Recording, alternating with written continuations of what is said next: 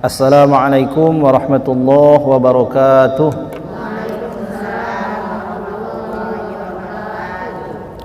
Bismillahirrahmanirrahim. Alhamdulillahirabbil alamin. Alhamdulillahilladzi sadaqana wa'dah wa awrasana al-ardha natabawwa'u minal jannati haitsu nasha fa ni'ma ajrul 'amilin.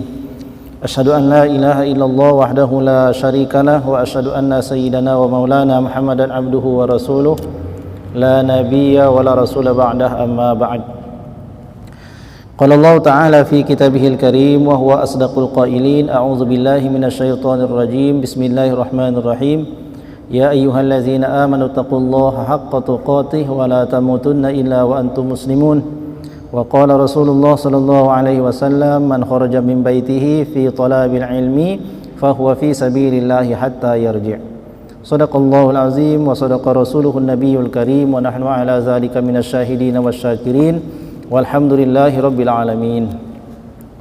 Ibu sekalian, alhamdulillah pada hari ini meskipun cuacanya mendung dan sebagian hujan, kita tetap hadir dalam majelis ini. Ini adalah salah satu bentuk nikmat yang patut untuk kita syukuri. Kita termasuk orang yang dipilih Allah berada pada majelis ta'lim, yakni majelis yang mulia. Ada sebuah peringatan untuk kita semuanya dalam sebuah hadis yang dengan sanad yang sahih, riwayat Imam Ahmad bin Hanbal. Imam Ahmad bin Hanbal itu, ibu sekalian, adalah seorang imam mujtahid, pendiri daripada mazhab Hambali. Beliau hafal 1 juta hadis. 1 juta, Bu ya, bukan 1 biji, 1 juta. Dalam hadis itu ada namanya matan, ada namanya sanan. Matan itu isinya, contohnya innamal a'malu binniyat. Ini kalimat ini namanya matan, isinya ya. Selain matan itu namanya sanan. Sanan itu rantai sambungan orang yang meriwayatkan hadis. Jadi Nabi sallallahu alaihi wasallam umpamanya berkata, sabdanya, yang dengar ini siapa? Sahabatnya Nabi kan? Nah, sahabatnya Nabi si A ini menceritakan lagi kepada si sahabat Nabi yang lain atau kepada muridnya, yakni tabi'in, murid mereka, orang yang datang setelah sahabat itu tabi'in. Dari tabi'in ini terus ke siapa sampai pada periwayatnya, yakni Imam Ahmad bin Hanbal. Daripada Imam Ahmad bin Hanbal ke Rasulullah itu ada berapa generasi itu? Ada berapa orang yang menyampaikan hadis ini namanya sanad. Paham ya? Jadi yang membawa berita ini namanya sanad. Si A dengar dari Nabi, terus si A ini ceritakan ke si B ceritakan ke C. Nama-nama ini harus orang yang bisa dipercaya, tidak pernah berbohong, hafalannya kuat, namanya dhabit. Enggak boleh lupa hafalannya, enggak boleh ketukar-tukar hafalannya. Kalau begitu dites A ada yang tertukar, harusnya si A dulu baru si B. Ini bilang B dulu baru si A, maka ditolak riwayatnya, sanad. Nah, bayangkan ibu-ibu sekalian, dari 1 hadis saja itu berapa orang yang mesti dihafal? Selain menghafalkan matannya, isinya itu juga menghafalkan nama-nama orang yang membawanya, dan harus mengenal yang membawanya ini benar-benar orang ya, benar-benar manusia yang beriman kepada Allah dan juga bisa dipercaya. Jadi dalam 1 hadis saja bisa yang dihafal berapa nama orang dan hadisnya. Itu baru 1 hadis. Bagaimana kalau 1 juta? Imam Ahmad bin Hanbal itu hafal 1 juta hadis.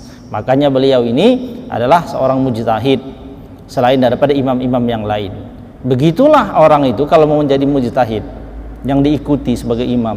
Nah, beliau ini Imam Ahmad dalam sebuah hadis yang diriwayatkan oleh Imam Ahmad, beliau bersabda, Nabi SAW, likulli amalin syirratun walikulli syirratin fatratun faman kanat fatratuhu ila sunnati faqad aflah wa man kanat ila ghairi zalik faqad halak. Ini hadis Imam Ahmad. Apa artinya? Ketahuilah bahwa setiap masa semangatnya orang itu dalam ibadah, apakah dia sholat wajib, sholat tahajud, kemudian menuntut ilmu, setiap masa semangat yang ada pada diri orang itu ada masa semangatnya. Ya, tiap orang ini ada masa semangat menuntut ilmu. Enggak sama kan? Hari ini semangat, besok enggak gitu. Jarang orang tuh yang konstan atau stabil semangatnya. Kebanyakan orang itu yang dikatakan oleh Nabi ini. Tiap orang itu ada masa semangatnya, ada masa turunnya semangat. Turunnya semangat ini disebut dengan futur. Apa disebut? Futur. Nabi memperingatkan,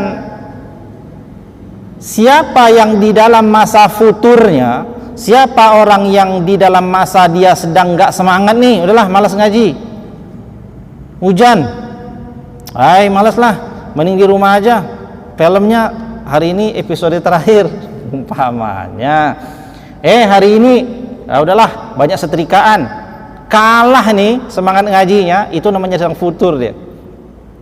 Orang yang dalam keadaan lemah semangatnya ini, yang dia tetap datang, dia tetap kepada sunnahnya Nabi, faqad aflah, dialah orang yang menang, kata Nabi. Dialah orang yang menang, dialah orang yang beruntung. Wa man kanat ila ghairi zalik faqad halak. Tetapi siapa yang di masa malasnya tadi itu dia kepada selain daripada itu, faqad halak, dialah orang yang celaka. Nauzubillah, summa nauzubillahi min zalik. Makanya ibu sekalian, mau dalam keadaan apapun selagi kita ini bisa, terutama majelis taklim ngaji, kalahkan semua yang lain kecuali itu perkara yang begitu penting dan mendesak. Kalahkan semua itu dibandingkan dengan majelis taklim itu. Kalahkan semua kepentingan pada saat kita itu datang waktu sembahyang. Kalahkan semua kepentingan di saat kita harus berbakti dengan orang tua.